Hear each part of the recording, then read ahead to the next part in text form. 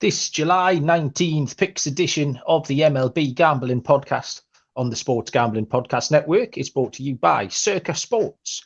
Circa Sports is back with their Circa Survivor and Circa Millions contests. $14 million are up for grabs. Get all the details at circasports.com. Welcome, everybody, to the MLB Gambling Podcast on the Sports Gambling Podcast Network. My name is Malcolm Bamford, coming to you from Newcastle upon Tyne in the northeast of England. Today is Tuesday, July the 18th. We have a full card of MLB action for Wednesday, July the 19th, and three good men to attack it. First of all, we have Mr. Scott Reichel. Scott, you were getting more stick for your hospital gown today. That's 2 weeks running. What's happening there? I don't know. It's comfortable. That's all I got to say about that. You don't care, do you? And the third leg tonight. On his holidays, I believe. I spotted the different wallpaper. It's Yeah. Mr. Lonte Smith. Lonte, nice wallpaper. What's happening? Yeah, man. Appreciate it. Doing well. Looking forward to breaking down the card. Got some interesting matchups. Looking forward to getting into with you guys. So. Yeah, we had a good night last night, actually. The Monday night games, I think I went 6-2. Still waiting for the Giants game to finish. That starts in about 35 minutes. There's 2 innings left in that to try and cash my luck. So we've got to manage to drag a lock out over 2 days. The boys and girls were queuing at the door here in the comment section. TVDBJ was in first. Well done. Jay Miller's here as well. Anybody else wants to tell us anything in the comments on YouTube, by all means, shout up. And if you haven't joined us live, why not? You're missing out. The shows are always scheduled. So get involved. Full slate for Wednesday. Lots of baseball, I think, for me to get involved in, which is good. And we've got lines on the majority of the games, 11 or 12, I think. Maybe 3 TBD pitches, but not too bad. So plenty for us to get our teeth into. And we will start with a 12:35, nice and early, Eastern first pitch. The Cleveland Guardians and the Pittsburgh Pirates. Aaron Savale for Cleveland. And it's Dick Mountain Day. Left-handed pitcher Reichel goes for Pittsburgh. -125 on the Guardians, +105 on Pittsburgh. Total set at 9. Aaron Savale, 3-2, 2.65 ERA. Great numbers for Savale. He is now the subject of the trade talks that were all sort of focused on Shane Bieber before Bieber picked up this little injury that's knocked him out for maybe 10 days, maybe more. But Aaron Savale has quietly got about his business. And the Cleveland fans, I don't think they'll be thrilled, actually, that he's sort of been thrust into the spotlight. But he's been really good. He's 2.64 ERA in his last 5. He's got a 1.69 road ERA. Everywhere you looked here, it was just ticks in boxes for Savale. Unfortunately, because of the Guardians, that's where a lot of the ticks in boxes end. They did snap the 4-game losing streak against Pittsburgh on Monday, scoring 11 runs. They'd scored 10 runs in that 4-game losing streak and then put 11 up in one game. Just shows you kind of the folly of what we're trying to handicap here. Typically with Cleveland, Savale doesn't get much help from the lineup. Reichel, 7-9 on the year, 4.76 ERA. And I think it's safe to say he's lost it. He had a few good starts early on. He kind of went as Pittsburgh were going. He was holding it together while Pittsburgh were going quite well. Not so much lately. He gives up minimum 3 and often a couple more.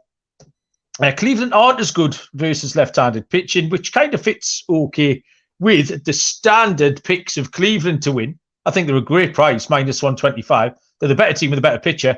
And I'll take the under as well. They hit 11 last night, but they can revert back to type. And like I say, the left-handed pitcher's numbers are a little bit lower as well. So your standard Guardians pick, they make it too easy for us. Cleveland will win, and this one will go under, Scott. Yeah, I'm with you. I'm going to go with Cleveland in the spot. I've been low on Reichel for a while. It's not his fault that he's up there in years, but unfortunately for him, his stuff isn't that great anymore, mostly because of the lack of overall velocity and the fact that he really has an issue with walks. He's been walking a lot of guys for the last couple of months. Cleveland's very patient at the plate, so it's not exactly a good combo there for Hill to deal with. But I think when you're looking at Savale's numbers, he's been solid this season, and Cleveland once again has been playing better baseball in comparison to Pittsburgh. I'll go with the Guardians here at a pretty cheap price. Okie doke. 2 for 2 on Cleveland, Lonte. Yeah, I'm with you guys. You outlined it both of you guys outlined it perfectly for me. The patience is the key thing that I thought Scott brought up. The patience at the plate, and Rich Hill having, problems with the walks. Pittsburgh's also hitting 207 versus righties in their last 10, hitting 201, and averaging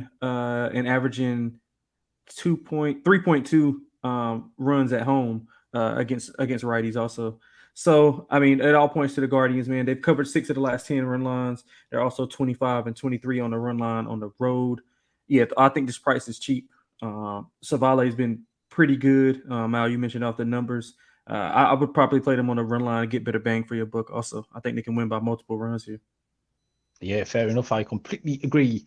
105 Eastern first pitch is the LA Dodgers and the Baltimore Orioles. Julio Urias goes for the Dodgers, and Dean Kramer draws the start for Baltimore. -150 on the Dodgers, +125 on Baltimore. I've seen 9s and 9.5s rounding about for the total here.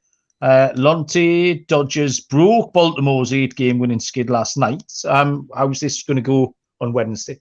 Yeah, so I think both teams are playing extremely well. Both teams have, I guess it's winners of 8 of the last 10, with the Dodgers breaking that streak. Baltimore really good at home. Dodgers a few games above 500 on the road. Offensively, I think both teams have been playing like extremely good baseball, probably better than most teams have. I couldn't pick a side really, but what I'm going to do is going to go to the over. I got 9 at plus money. I don't know if that's what you're seeing, Mal, but that's what I got early on in the day. I still would like it at 9.5. I think both teams can score, north of 5 runs. They've combined to score 13.5 earned runs per 9 in their last 10, each with 8+ hits in that time frame. Urias, he's been pretty good his last 2 starts. 2 earned runs combined. He went 6 innings in both games. But this is also the best offense he's played, since he's been back. So he'll have to get adjusted there. Kramer, I think we talk about Kramer a lot here.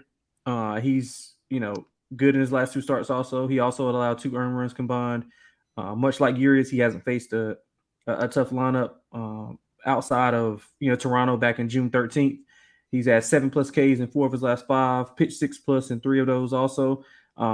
But, Kramer's problem is he allows a long ball. He's allowed a home run in 8 of his last 11 starts, 2+ in 4 of those. So I think both offenses can get to the pitcher. So I'm going to go over here on the 9 or 9.5, whichever you can find. But I think 9 is a pretty fair number to get. It's still out there, available to bet. Yeah, that's fair enough. Scott? Yeah, I'm going to look at the first 5 under, actually. I do like the current form both pitchers are in. Urias has been good lately. Last 2 starts, 12 innings, 4 total hits allowed, 2 total runs allowed, and Kramer's been solid lately as well. So I think you're going to see both pitchers perform pretty well early on. Now, Baltimore's bullpen's the one that actually imploded yesterday. But the point is I do have some question marks about the bullpen for the Dodgers, and maybe in some cases Baltimore's. But with Urias and with Kramer's recent forms, I think this first 5 total might be a little bit too high. I'm going to go with the first 5 under. And now this has worked out beautifully because I've taken a little bit of both of your handicaps here. My pick is the first 5 under for the reasons Scott just gave out. This was a really good game last night. This was just 2 good baseball teams playing a good game of baseball. It was really good to watch. The Baltimore, it just happened really quickly. It wasn't kind of a death by 1,000 paper cuts implosion. 1 minute they were kind of in control, and then bang, all of a sudden they weren't. Rodriguez sort of went to the well once too often with that high fastball, and Taylor took him deep, and that was the end of it. But yeah, it was a good game. I enjoyed it. I like both offenses, but I do like both starting pitchers. We talked a couple of days ago that Baltimore are very live late in games. So yeah, first 5 under, but I think it wouldn't surprise me if there was some fireworks later on.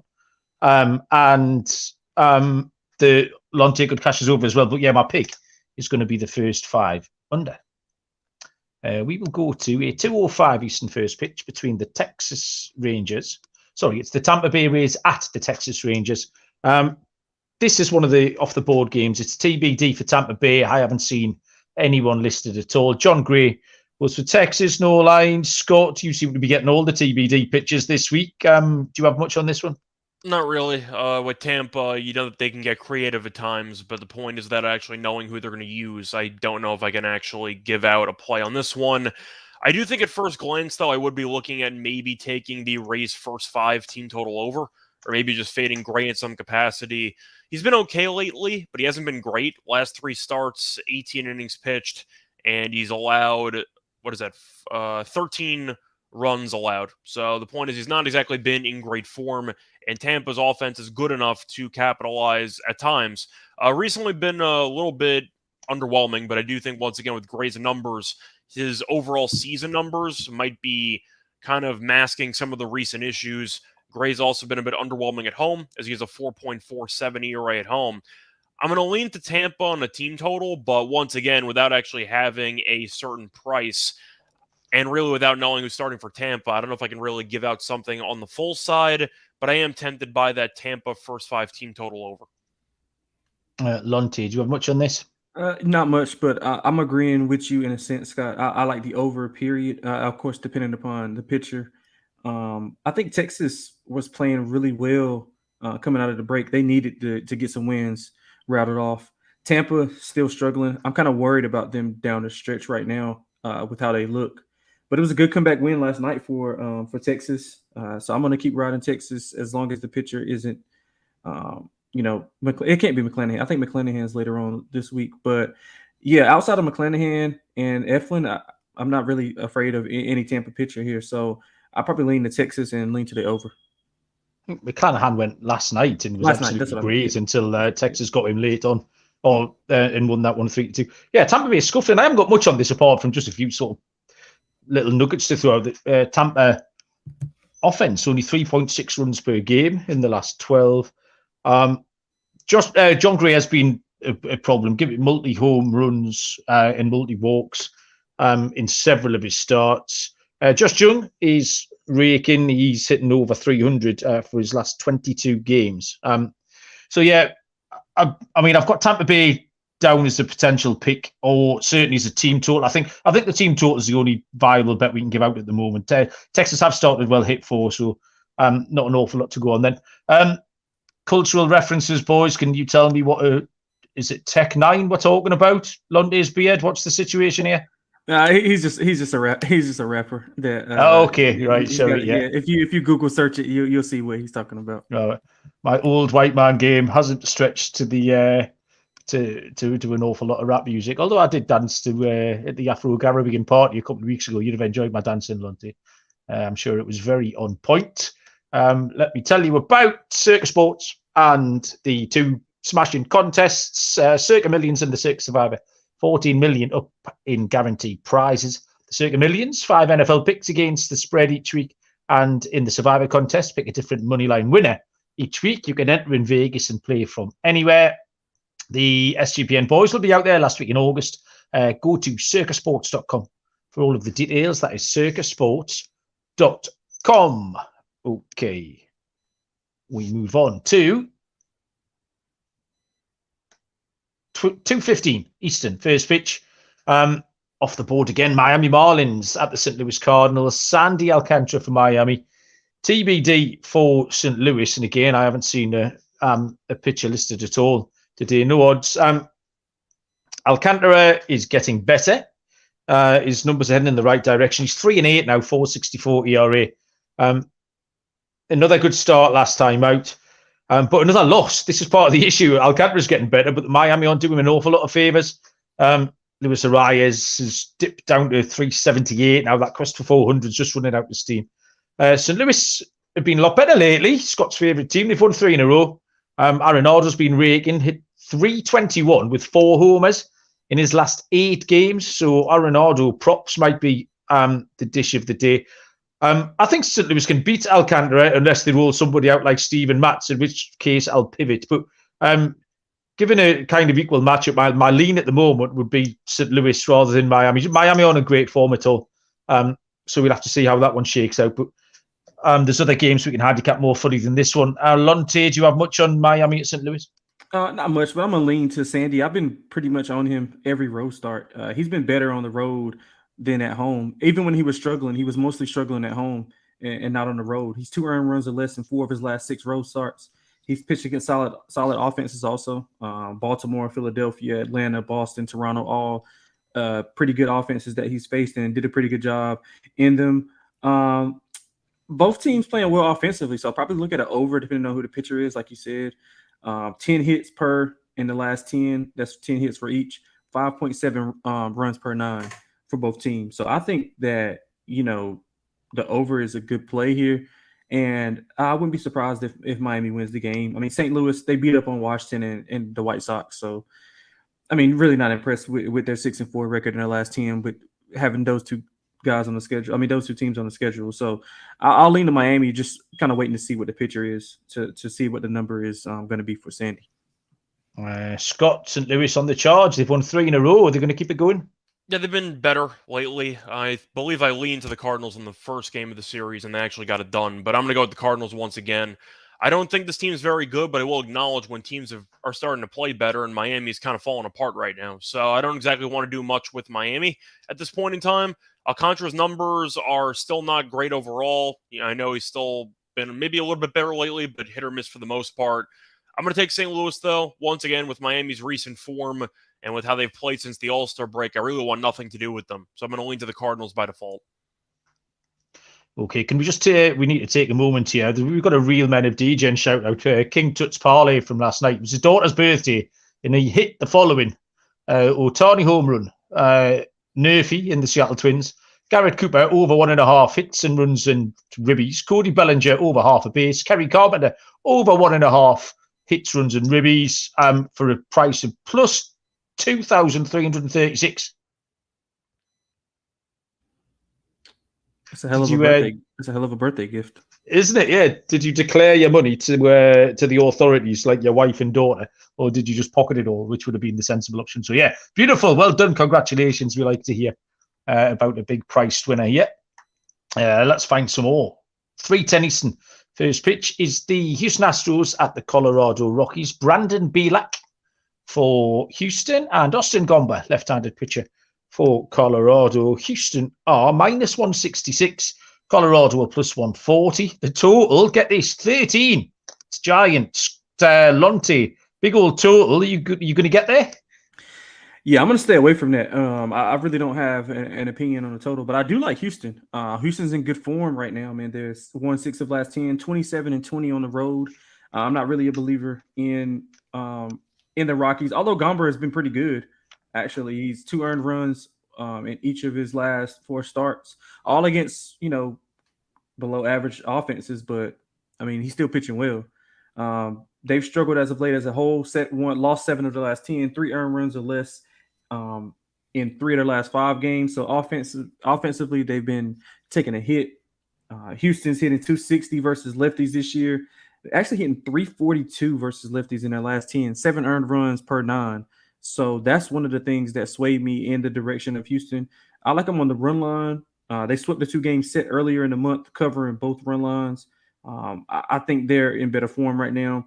Nothing against Gomber, which he's been pretty good. I just don't trust the Colorado Rockies offense against Bielak. He's been a bit inconsistent, but again, Colorado's offense is not, world beaters. I think he'll be fine there. So I like Houston here, and I like him on the run line. I like him on the money line.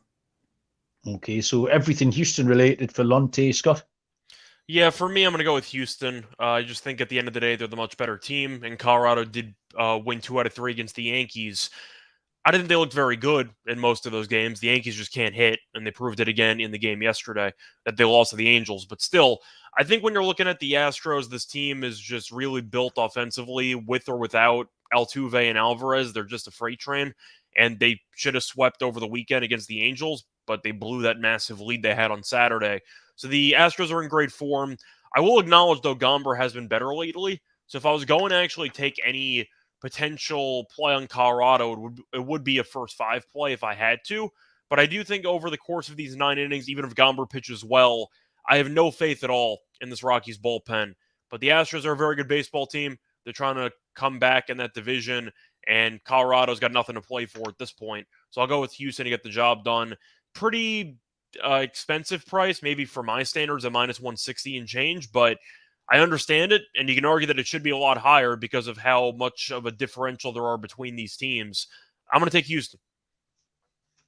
I'm going to take Colorado again. I know I did last night. They're going to win one of these two games. So either the Tuesday night game, if you're listening live, or they're going to win tomorrow. Belak is fine. He's okay. As pitched 2 innings in Coors and gave up 4 hits and 2 earned runs in 2021. Fairly small sample, but you just don't know. But you don't know how he's going to go, frankly. And you kind of know how Gomba's going to go. 4 straight games of 2 earned runs. And Colorado were 4-1 in his last 5. They don't win many. I also think that total's far too high because we kind of mocked this game with Gomba last week. Did they win 1-0? Well, they were 1-0 up for a large period of that game where the total was giant as well. So I think that just the total's too high. And of the two sides, I would take Colorado definitely to win one of these 2 games. They might even win both, but if we get one over the line, that'll make us profit. And I do think Colorado can take one of them, so I'll take them again to beat Houston on Wednesday. Okay, let's go to a 3:37 Eastern first pitch between the Boston Red Sox and the Oakland Athletics. My guy Brian Bello goes for Boston, and left-handed pitcher Ken Waldichuk is on the bump for Oakland. Prices are -225 on Bello, +188 for Waldichuk. Total is set at 9, Scott. Yeah, I'm going to go with the Red Sox run line. I'm not going to overcomplicate this. I think that Bello is a very, very good pitcher, and you're looking at Waldichuk, and he is not. But it's mostly just the fact that Boston's in great form. Oakland is, of course, the worst team in the league. Or they're up there. I'm not sure if they're officially worse than Kansas City at this point or if they're pretty close. I think they are still worse than Kansas City. They are by 2 games. But anyway, point is, I do think Boston's a much better team, and Bello's made me a lot of money this year. So I'm going to go with the Red Sox run line. Yeah, it did seem like a straightforward handicap. I'm going to stay away from the Oakland first 5 again. It was all Boston team total, Boston run line. A little tip of the cap to Nick Pivetta, 13 strikeouts in relief last night. Franchise record, which was pretty impressive. Boston themselves have been impressive. They won 11 of 13. Now they have the best record in baseball since the start of July. Hitting 307 as a team over the last 13 games as well. So, yeah, lots of positives. And Bello on the mound has been absolutely great. Oakland are now in their 3rd losing streak of 8 games or more of the season, which is pretty impressive. So, yeah, just give me anything Boston related here, Lonte. Yeah, I'm with you guys. I'm definitely not laying the 220, but the run line, I would probably look for adjusted run line, maybe 2.5 for Boston, especially with Bello on the mound. They're hitting 260 against lefties on the season, 312 in the last 10, 6 earned runs per 9.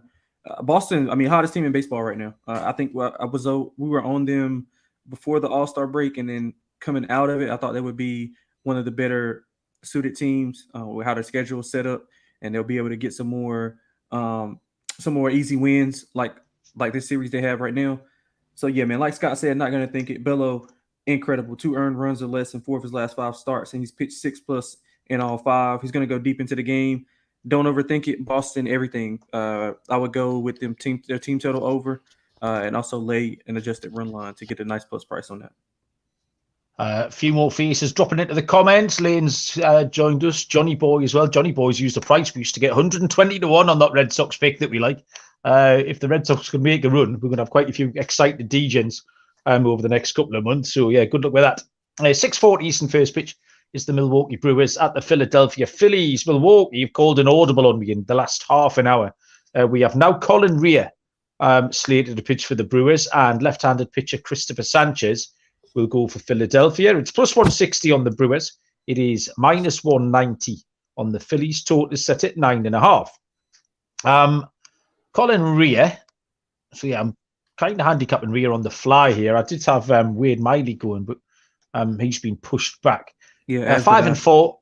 Yeah, 5-4 on the year. 4.71 ERA for Colin Rea. He throws in the odd decent start. His last 2 road starts have actually been okay at Pittsburgh, at New York Mets. 13 innings, only gave up 3 earned runs.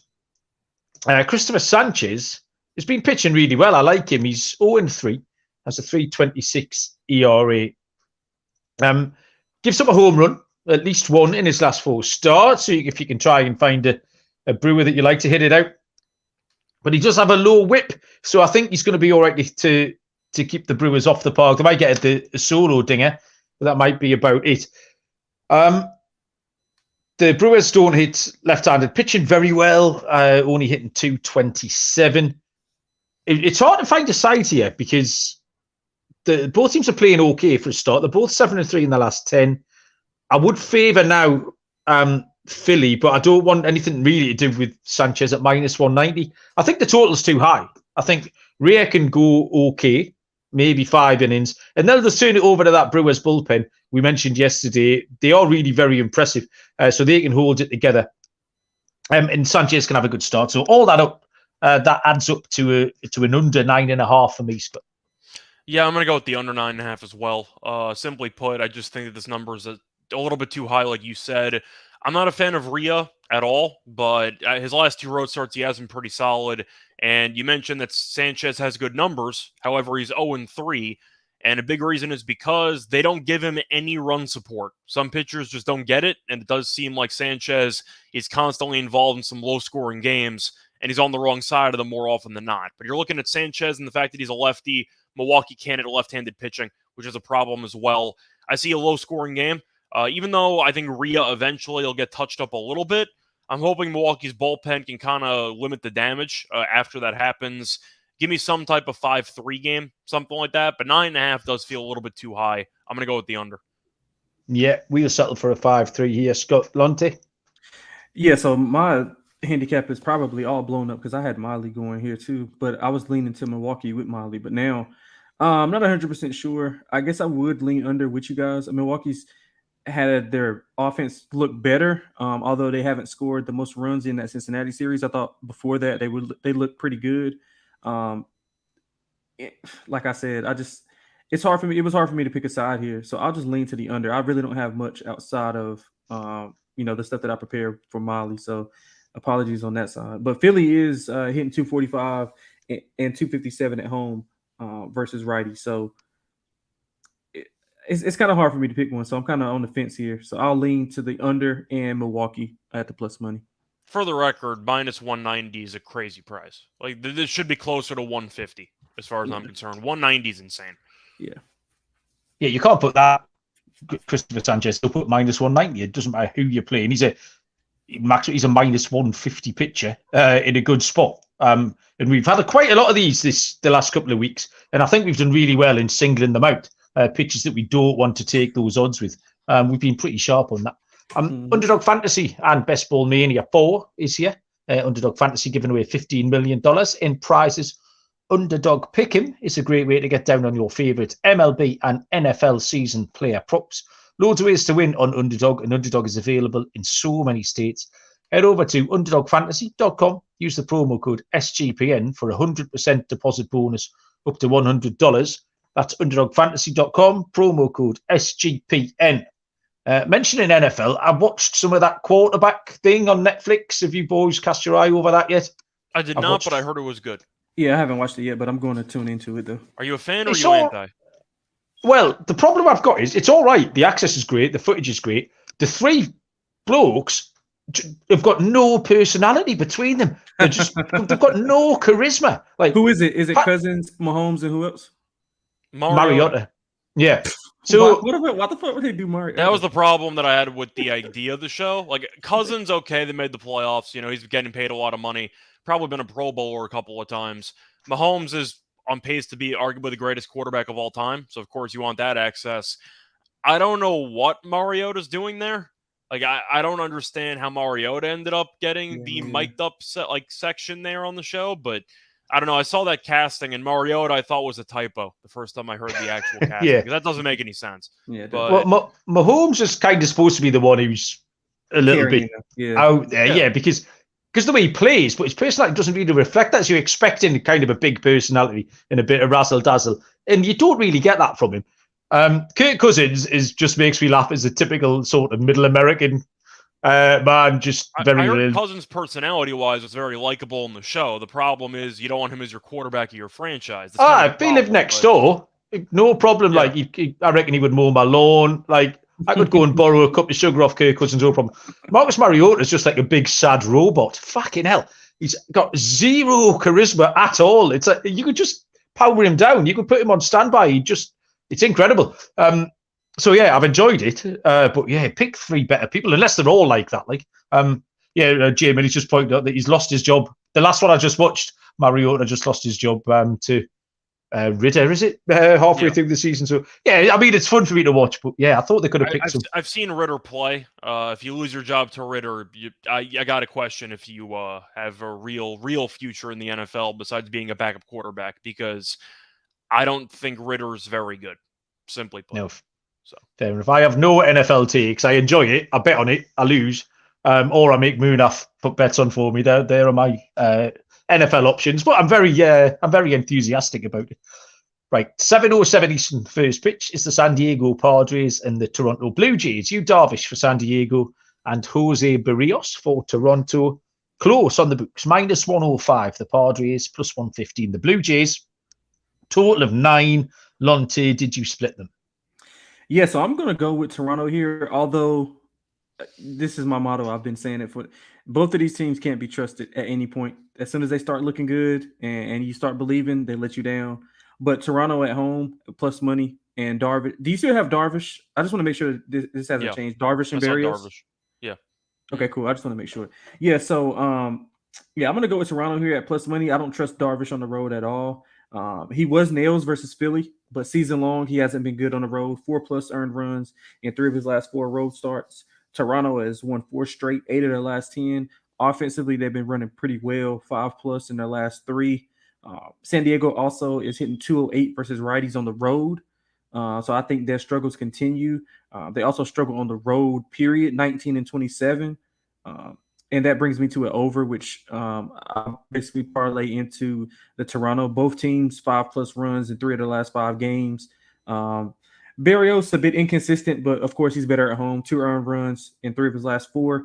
He has allowed a decent amount of contact, so that's why I'm leaning to the over. He's pitching deep into innings, 6+ in 4 of his last 6. I think plus money at home with Toronto team that's playing pretty good baseball. Again, I know that they're kind of Jekyll and Hyde, but both of these teams are. So I'll take the home dog here. I like the offense. I think we get a high scoring game here. I think we could see like an 8-6 type of game here. Yeah, I took the Blue Jays as well. And it was a question of which pitcher is better. Darvish was okay last time, but I think Barrios I trust more overall. And Toronto are in slightly better form, and that was it. It was a fairly simple handicap. A bit of a coin toss on the book, so that I'll take the plus money on the Blue Jays at +115, Scott. Yeah, I'm going to go with the plus money. I don't trust either team, so I'm not going to lay with either team. But Darvish, I've roasted for his performances this season. He was good last time out, though, so it kind of made me eat those words. But Barrios has been a lot better at home than on the road. To go through his home numbers, he has a 2.83 ERA compared to a 3.41 ERA in general. So his home road splits are pretty noticeable. On top of that, last 2 starts, 12 1/3, 1 total run allowed. So he's been in good form. But Darvish, I know he was good last time out, still not overly sold on him as a pitcher so far this season. Give me Toronto at plus money. I don't trust either team, so I'll take the plus money. Next is a 7:07 Eastern first pitch between the last place New York Yankees and the LA Angels. Carlos Rodon, left-handed pitcher, will go for the last place New York Yankees. The LA Angels, we have Jaime Barria, officially TBD, but I've got Jaime Barria going. But as a result of that, no odds. So the Angels hosting the last place New York Yankees. Scott, how do you feel about this? Well, this one's tricky because I don't know who's pitching for the Angels, and I can guarantee you Barria is not going to close again, so maybe he's going to start. But still, I think when you're looking at this matchup, the Yankees should be a decent favorite because Rodon is still getting priced like he's in prime form when he's made basically 3 starts this entire season, and he has not been very good in the first 2. He was okay against Chicago, got shelled in Coors Field. I'm not shocked by that one. I actually had the Rockies' money line in that game at plus 180, but I'm going to lean to the Angels. Just simply put, the Yankees can't hit. And you're looking at how the game unfolded yesterday, and they found a way to blow it again. They gave up a home run to Ohtani because King threw a fastball right down the middle.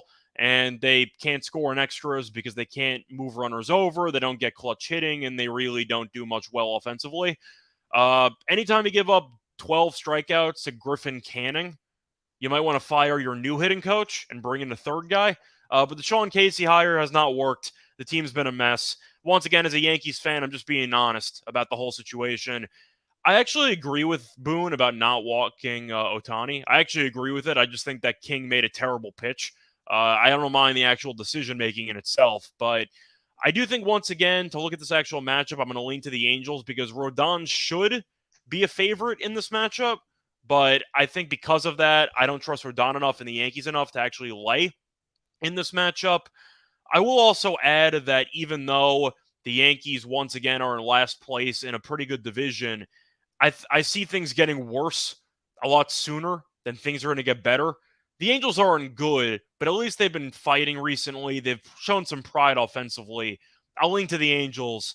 I want nothing to do with the Yankees right now, and that's really my handicap. So, assuming the Yankees will be laying a decent number with Rodon's reputation carrying the way, I don't think his reputation is currently, I'd say, accurate compared to his current form.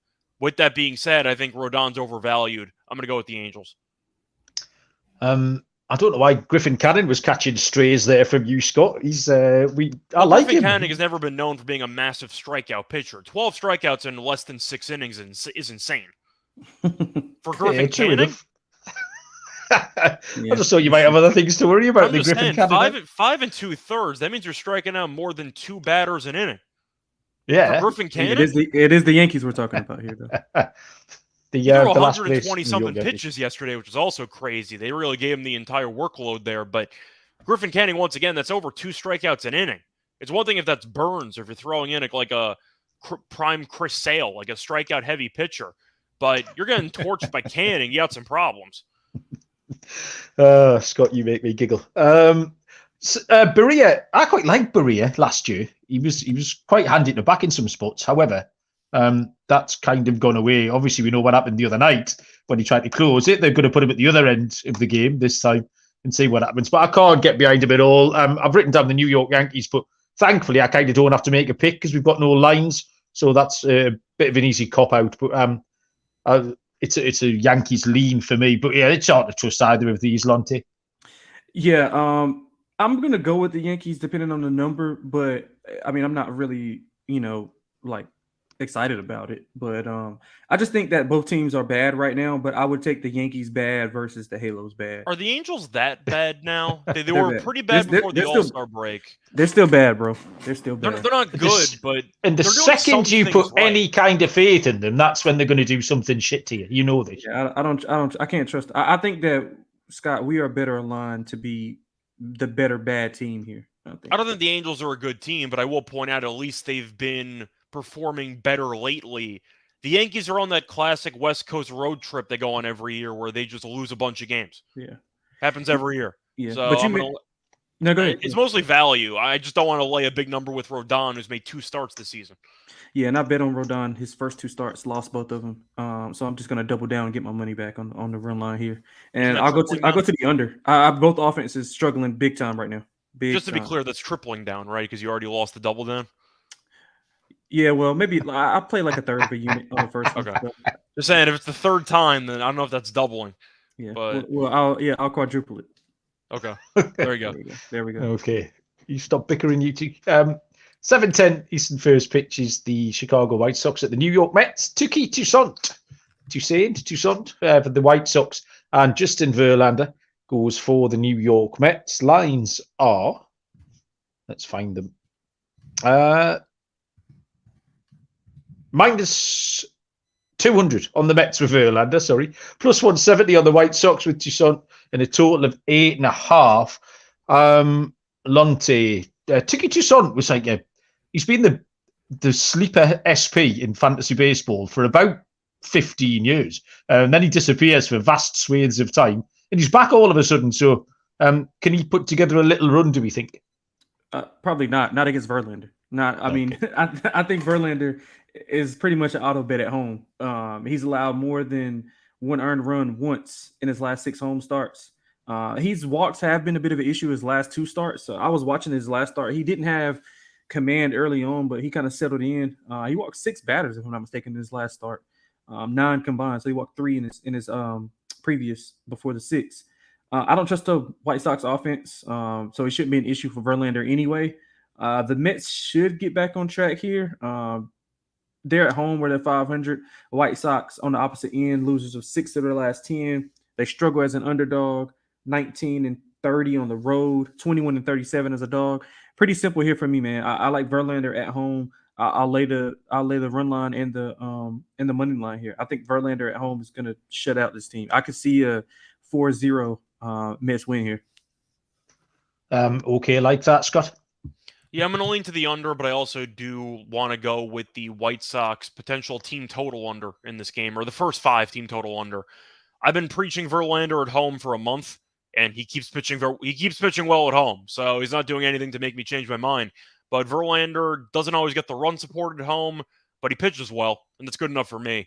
So I think the White Sox are going to struggle throughout this game whenever he's in the game. Maybe, Showalter calls an adventure again with the bullpen, and maybe they blow it. But I do think when you're looking at this actual matchup, Toussaint I liked for Atlanta when he was with them a couple years ago, but it was mostly a streaky bit of runs there for Toussaint. He was really good for a month, then really bad for a month, and then it was kind of back and forth, and then he kind of went off the grid. He's been fine this year, but that's kind of the same pitcher that he's always been, and Verlander at home has been nails. So I'll go with the first 5 team total under for the White Sox, probably a 1.5. I'm not really concerned by it. 5 innings, I'll dare you to score 2 runs against Verlander in Citi Field. I think that it's probably going to be 2-1, something like that after 5. So I'll go with the Mets. Maybe first 5 -0.5, but I do like that White Sox first 5 team total under. Was Toussaint on the roster when they won the championship? No. That was before that. Okay, cool. I don't believe so. From what I remember, he's probably on the IL. Like, he's been on the IL about 75% of the time over the last 3 or 4 years. So he might have been a Brave. Wouldn't surprise me, actually. But I don't think he was active. Did he stop off with the Angels, I think? I thought it was a stopgap in between, but I couldn't think of the team. And I thought I remember him pitching against the team I was betting against. I was betting on him, and he got fucking destroyed. So I think you're actually right. I think he actually did win a championship because he was on the Braves in 2021. He was on the Angels, though, that I remember, in 2022. So that was the last year the Astros won the whole thing. And this year he's been on Cleveland and on the White Sox. So technically he did win a ring. I don't know if I doubt he was on the playoff roster, but I'm sure he got a nice ring anyway. So he did win a championship. Yeah, I thought so. I mean, this game's a classic example of why betting baseball is so tricky, because we've all handicapped the game exactly the same way. And we've come up with 3 different bets.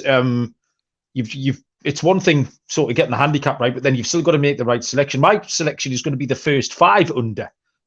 Again, you've both handicapped Verlander to death. I like it. But I don't mind Toussaint. He's been going okay in long relief or short starts. And we know the Mets aren't hitting great. So you said, Lonte, this could be a 4-0 game. Scott, you like the White Sox first 5 under. And I'm going to take the first 5 under for both sides. So 3 different ways of skinning the same cat here. So yeah, pay your money and take your choice. 7:10 Eastern first pitch is the San Francisco Giants at the Cincinnati Reds. Ross Stripling for San Francisco and Graham Ashcraft, hooray, for the Cincinnati Reds. Plus 110 on Ashcraft, minus 130 with the Giants, with a total of 11. Ross Stripling is 0-2 on the year with a 6.11 ERA. Underwhelming is the word I've used for Stripling here. Generally been going as an opener, although he did get to 4 2/3 last time. That's by far the most batters he's faced. Generally shorter than that. The Giants were going along okay in these bullpen games, but that's waned a little bit since.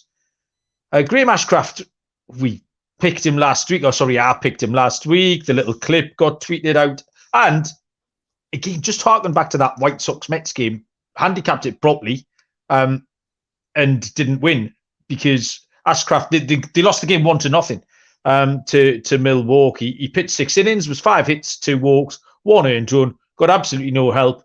So I feel like it was the right pick. Came down on the wrong side. He's had 3 great starts in a row here. I have got no choice but to try again Graham Ashcraft and the Cincinnati Reds at plus 110, Scott. Yeah, plus 110 is really the selling point for me. I'm going to go with Yeah. Ashcraft. I think I'm going to go with the first 5, though, because I really hate that Cincinnati bullpen. And the Giants bullpen is one of the better ones in the league. Doval's probably going to either lead the league in saves or be close to it. So I don't exactly want to go against the Giants bullpen. But I do have to point out I like the under in this game. The Reds forgot how to hit, just simply put. Yeah. I mean, you're looking at how they've done since the All-Star break. And they've scored a total of 3 runs in their first 3 games since the All-Star break. They were in the middle of a game yesterday, which officially resumed about 5 minutes ago. They only had 2 runs in the first 7 innings of that game. So they weren't performing well offensively there either.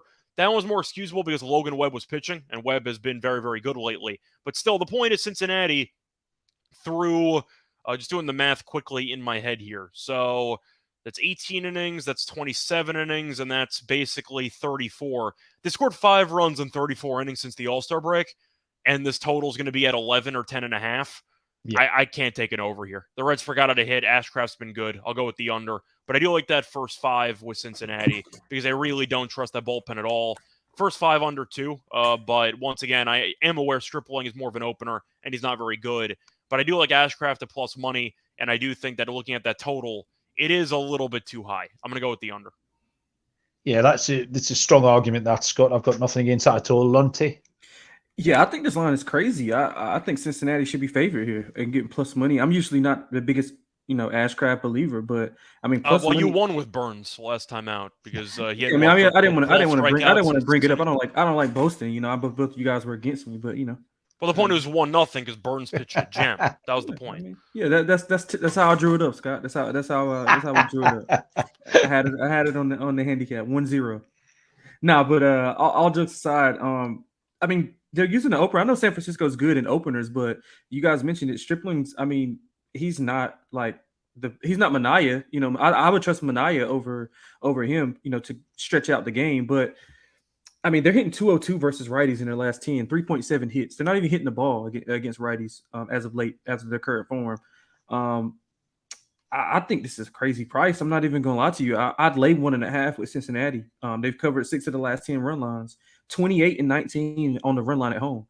Give me Cincinnati on the run line, the opposite run line, minus 1.5, and I'll take them plus the 110 at home. Probably going to be my lock of the show. That Monday game has restarted. The Giants were in a good position. They had 2 runners on, 1 out, and they have failed to push them across. So that's gone mid-8, I think, now, with the score at 2-2. 7:20 Eastern first pitch is the Arizona Diamondbacks at the Atlanta Braves. Ryan Nelson for Arizona and Uncle Charlie Morton will go for Atlanta, who are minus 210 at home, plus 180 on the Snakes, and the total is set at 10. Scott? Yeah, I'm going to go with the Braves run line. I'm not going to try to reinvent the wheel here. Morton's been better lately, and I think that Arizona we've seen once again is kind of starting to fall apart. I'm going to group them with Miami. It's kind of just the same script, isn't it? I mean, they were playoff teams that looked like they were going to compete for something potentially, and the All-Star break came around and they fell off a cliff. I feel like it's a pretty similar comp, but I do think when you're looking at Nelson's numbers this year, he's left a lot to be desired, at least for me. I don't think he's particularly good. He's had moments this season, but for the most part, he has been quite underwhelming. He's been pretty good on the road, though, this season, but the Diamondbacks have lost his last 2 starts by a combined score of 16-2. Last 2 starts, he was good last time out, but he gives up a lot of hits. He's given up 9 hits in each of his last 2 starts, so a lot of guys can get on base, and when you're against the Braves, you definitely don't want to give up 9 hits. So I'm going to go with the Braves run line here at home. I like Morton. I really don't like the current form of Arizona. Give me the Braves run line. Yeah, exactly the same. They're too hard to oppose in this situation. And the run line looks by far the safest play for me. I'll take the same pick. Lonte? Yeah, I'll make it 3 for 3. I just don't like the way Arizona is playing right now. 2 and 8 on the run line in the last 10. I just don't think that they'll be able to do much against Atlanta and this offense. I mean, Nelson has been fine, like you mentioned, Scott, but you basically laid it out for me. Like, he's allowing a ton of hits. Now, you're playing the wrong team, allowing 9 hits. If you want to allow 9 hits against Atlanta, they're probably going to score, 12, 13 points. So I like Atlanta here. It's pretty simple for me. I like them on the run line. 8:05 Eastern first pitch is the Washington Nationals at the Chicago Cubs. Off the board, this one. Officially TBD for Washington. I'm saying Trevor Williams. I see Trevor Williams every night for Washington. For the Chicago Cubs, it's Kyle Hendricks. But yeah, no lines at all. I don't know if it's worth handicapping Williams at this point, because they will change it. 5-5, 4.42 ERA. He goes along just below average. 3 or 4 earned runs. He gives up some homers. He's got a 4.66 road ERA. I think it's always good to look at a pitcher's record in Wrigley, because it's quite a unique environment. 9 appearances in Wrigley, 2-6 with a 6.50 ERA. So I think we've got some key indicators here. In those 9 appearances, he's walked 3 batters 5 times, and he's walked 2 batters twice. Kyle Hendricks just hasn't it lately at all. 10 1/3 in his last 2 games. He's given up 9 earned runs, including 6 homers. So depending on the weather, I'll be looking at some player props here. We'll go over on that Trevor Williams K prop if indeed he does turn up. If not, we depending on Scott might have some weather for us. Scott was good with the weather yesterday.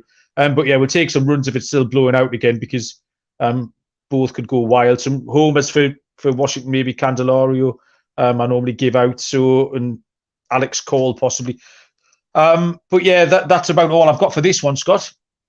Yeah, so the weather, of course, the most important factor here at Wrigley. And unfortunately, I'm looking at Ballpark Pal, and I see a bunch of arrows in very, very different directions. So you have the normal straight out arrow, then you have the diagonal going in, and then you have the left arrow. So the wind is all over the place, so I don't even know what that's supposed to mean.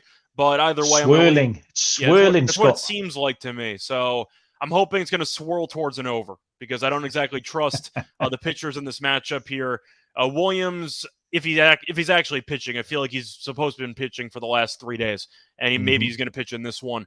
But he's not been great lately, and he does have some problems giving up some fly balls, and that could be a problem in this matchup. Hendricks, I faded the last start against Bello. That worked out well. Hendricks got shelled. He gave up a lot of home runs. But I do think when you're looking at this overall matchup, I was on the over yesterday in the matchup between Gore and Smiley with the wind blowing out. Crazy line. That was like 8.5 or 9, and that flew over. But I see a lot of runs in this game.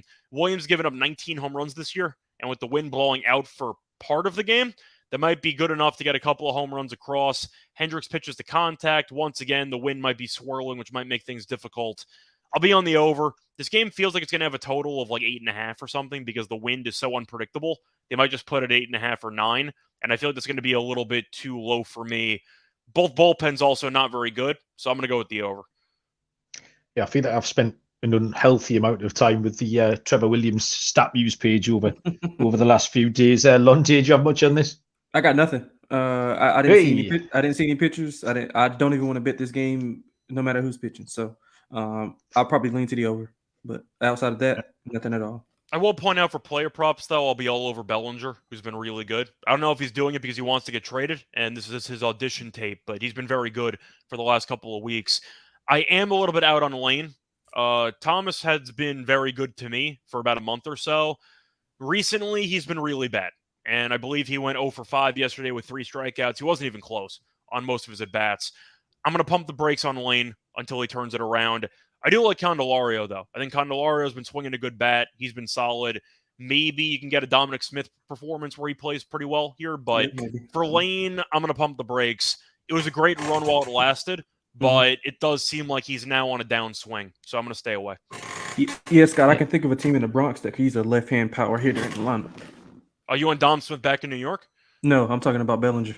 I was joking. Yeah. No, I was going to say what the heck? I know you're talking about Bellinger. Yeah, I know. Oh shit, that's funny. TBDBJ is giving out Christopher Morel as a possibility. That's also a great typo. If you've put Lame Thomas as a typo because he went 0-5 by accident. I kind of like it though. If that's it's a great nickname. Yeah, well done. You should be. It's a headline writer's dream. That Lame Thomas when he's done something. Good effort, Trev. 8:10 Eastern first pitch is the penultimate game on the show.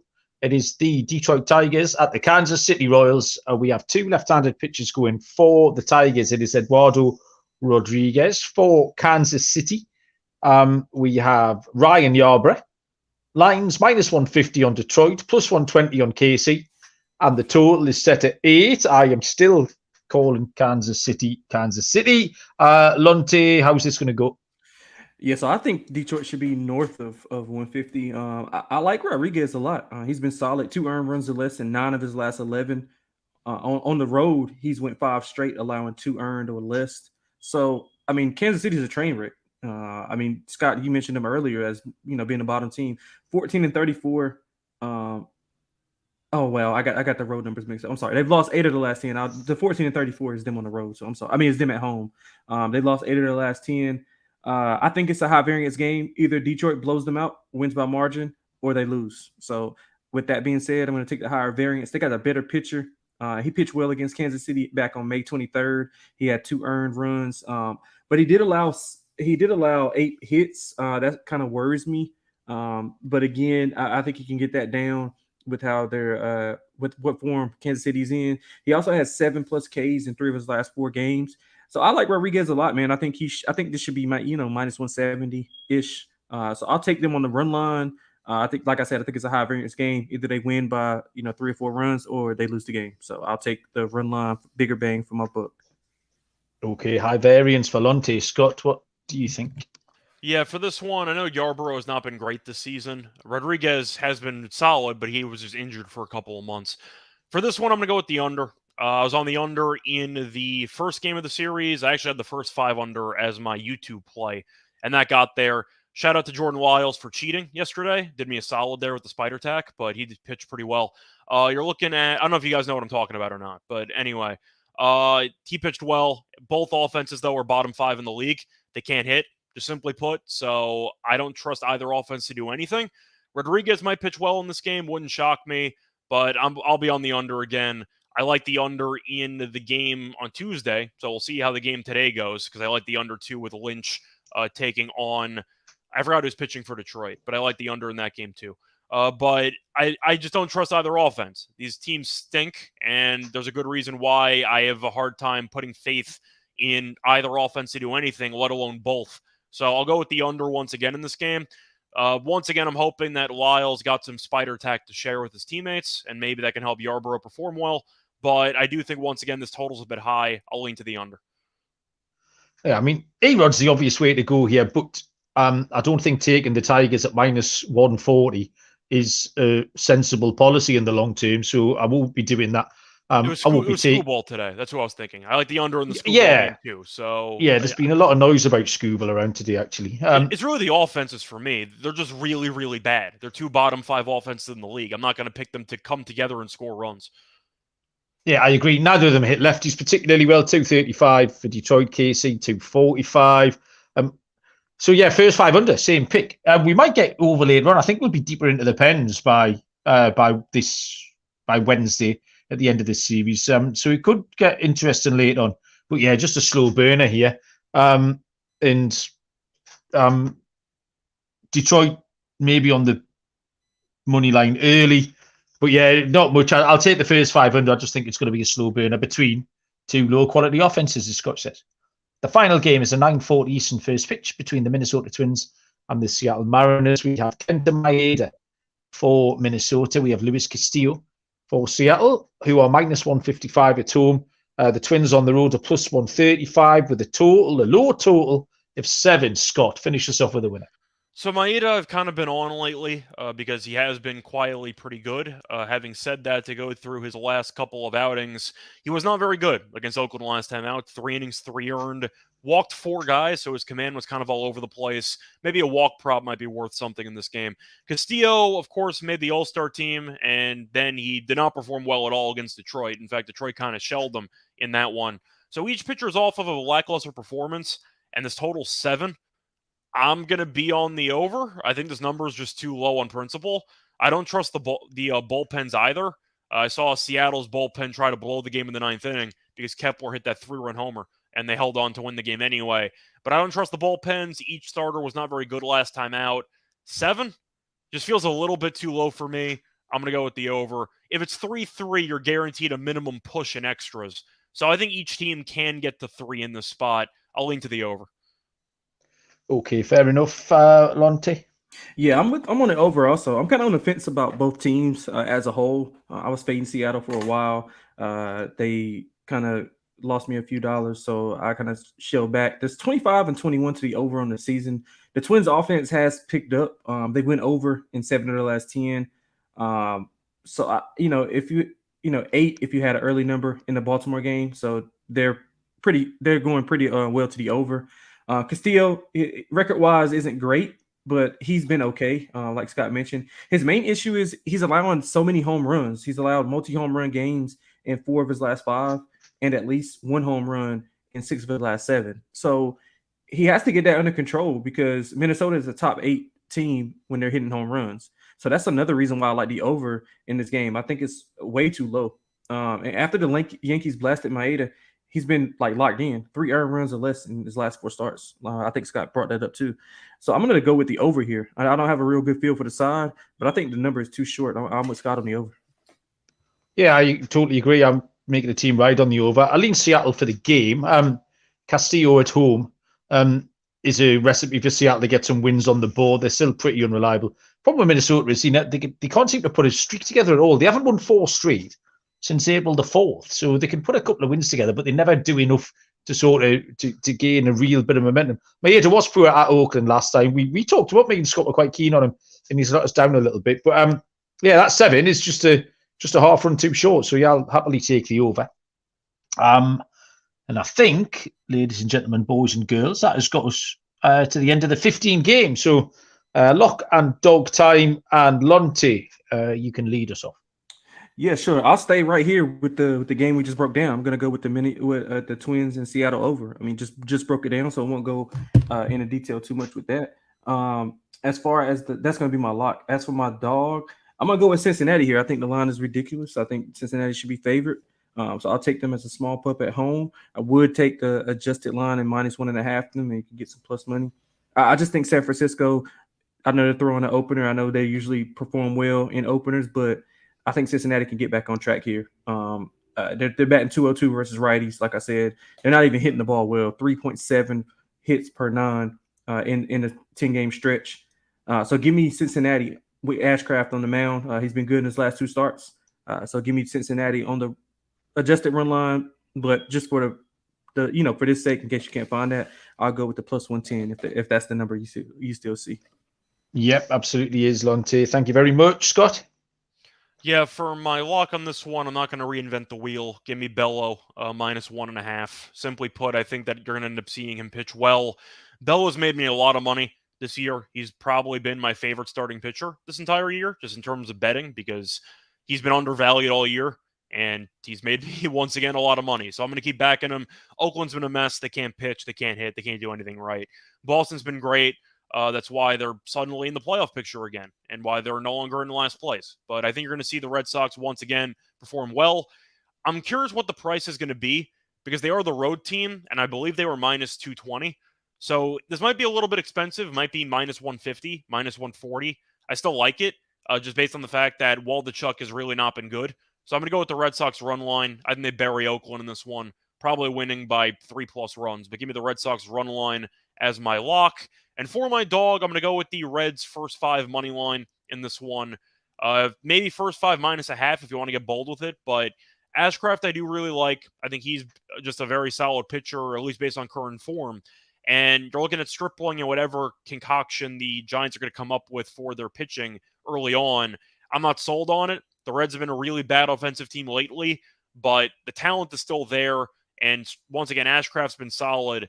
It's really just a bad line. I think you're going to end up seeing the Reds probably only give up 1 or 2 runs early on, because Ashcraft has been solid, and I think Stripling's going to potentially get shelled here.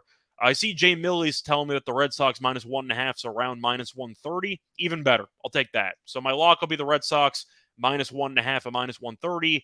My dog will be the Reds first 5 money line, or -half a run, whatever you want, and they'll be winning after 5. So we'll see how that goes. Ellie De La Cruz has been caught stealing, trying to nick a win in the bottom of the 9th for Cincinnati. I'll make Cincinnati a triple dog here then. +110. It's not a big price dog. I had a few others to choose from, but I love this Cincinnati again. You've just outlined it all, both of you. So yeah, plus 110 for the Reds. And for my luck, I'm going to go to the total, and it's the under 9.5 in the Brewers Phillies game. Sanchez shouldn't be minus 190, but I think he can go okay. Milwaukee's still not hitting great, although a little bit better against lefties recently, according to Trev. But I don't mind Colin Ray. I think he can go okay. 4-1, 4-2 maybe. He can get through and then hand it over to this solid bullpen. And I just think 9.5 is too big a number. And like I say, Cincinnati for my dog. And we are done.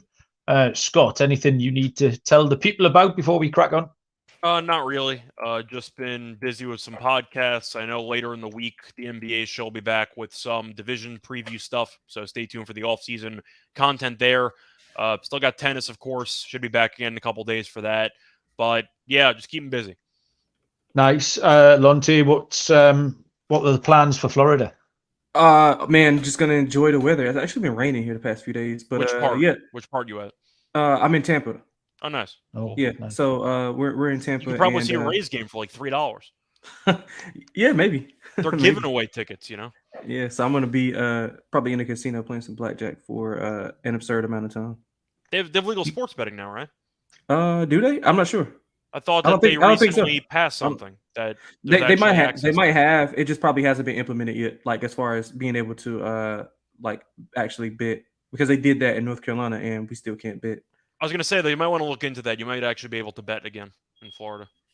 Okay, yeah, I'll check that out for sure. Definitely will check that out. Okay, cool. Women's World Cup starts on Thursday, so if you've got nothing better to do in 6 minutes' time, get across to the podcast. Let's go Germany. Yes, is the correct answer. Scott knows Germany, but we're going to do the pick show for the first few games. Like I say, on YouTube, Premier League Gambling Podcast in 6 minutes' time. So I've just got time just to make a cup of tea, and then me and Baz will make. So I enjoyed handicapping the games actually. A lot of the big hitters are playing the USA play on Saturday. I think they take on Vietnam. It was a revenge game. I don't know. So yeah, loads of good stuff there. Looking forward to that. Good luck with your baseball picks. Cheers everyone who joined us. Until the next time, we will see you down the road. Cheers.